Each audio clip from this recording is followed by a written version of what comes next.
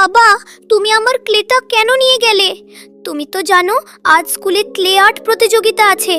এই ক্লে দিয়ে আমি সুন্দর একটা কিছু বানানোর কথা ছিল। এখন আমি কি দিয়ে বানাবো বলো? আরে আমার সোনা মেয়ে, তুমি আমার উপর রাগ করো না। আমি তোমার ক্লে নষ্ট করিনি। আমি তো এই ক্লে দিয়ে তোমার জন্য একটা সুন্দর মানুষ বানিয়ে দিচ্ছি।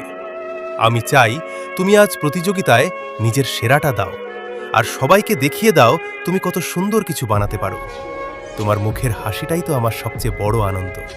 সরি বাবা, আমি না বুঝেই তোমার ওপর রাগ করে ফেলেছিলাম। এখন বুঝতে পেরেছি তুমি সব সময় আমার ভালো চাও।